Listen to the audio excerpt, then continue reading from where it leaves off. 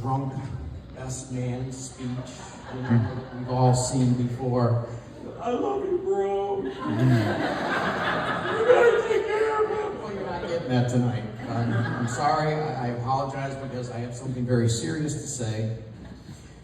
And the moment warrants that I'm not intoxicated. I mean, it seems like just yesterday, Barb and Richard were talking on the phone for days and weeks on end before they finally met and started dating, and Richard finally broke her down, and next thing you know, they're engaged. I mean, the whole thing was an absolute whirlwind, okay? I mean, it's happening all so fast.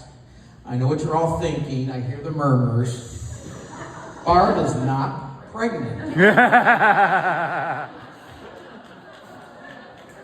Yeah, she's definitely not pregnant. So, anyways, I'm Richard's best man, David Dernberger, and I'm also happy to be his oldest friend.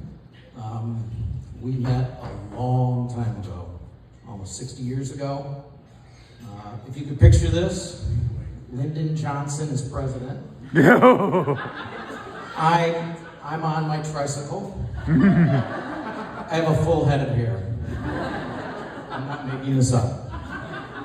I was allowed to ride my bicycle to the end of my block, to the corner, which from my driveway is the length of one house.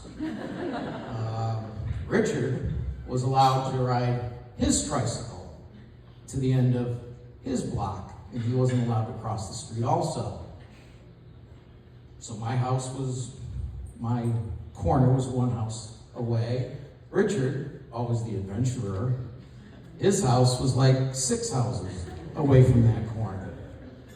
And on one fateful summer day, the two of us met on the corner of Dover Court and Stanford Avenue.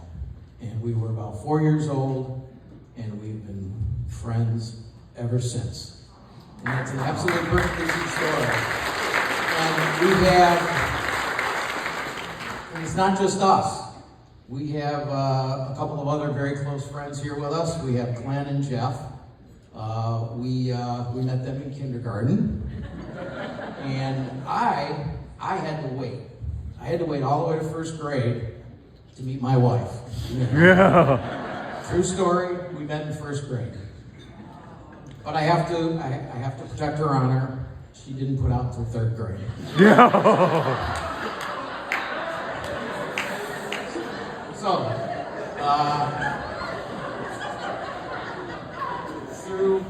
through the years, there's been many peaks and valleys in our lives. We both lost a parent when we were teenagers. But Richard was there standing next to me when Lynn and I got married almost 40 years ago. And he was there when we gave birth to our children, Heidi and Anton. And of course, Richard became favorite Uncle Rich to them. Like he is everywhere. So while we're raising children, you know, he's out there, he's racing boats, flying planes, traveling to over 100 countries, okay? 37 of which I can't pronounce, and I have no idea where they are. It's just unbelievable. I mean, the man puts other people to shame in his traveling skills. Half the time, I have absolutely no idea where Richard would be going. I would literally be getting a phone call, and it'd be like, "Hi, Dave, standard question. I'm headed out of town." Like, okay, where are you going, Richard? I'm heading to the Fellatio Islands, and I'm going to be flying into, the Spandau Ballet Airport. I'm taking a bus down the coast, and the last 13 miles, I'm going to ride a goat. And I'm like, wow. I mean, and he did this before the internet, okay? Yeah. I don't know how you rented a goat before the internet, you know? I I'm sure there's an app for it now, but it was always amazing. And of course, I'm replying. I'm like, well, that's great, Richard. I'm taking the garbage to the curb tonight. Garbage day! Woo! Garbage. Oh yeah, the Garbage Day song. Oh my God, I forgot that. Of course. But anyways, I digress. Today is definitely a peak, and we are so glad the two of you found each other.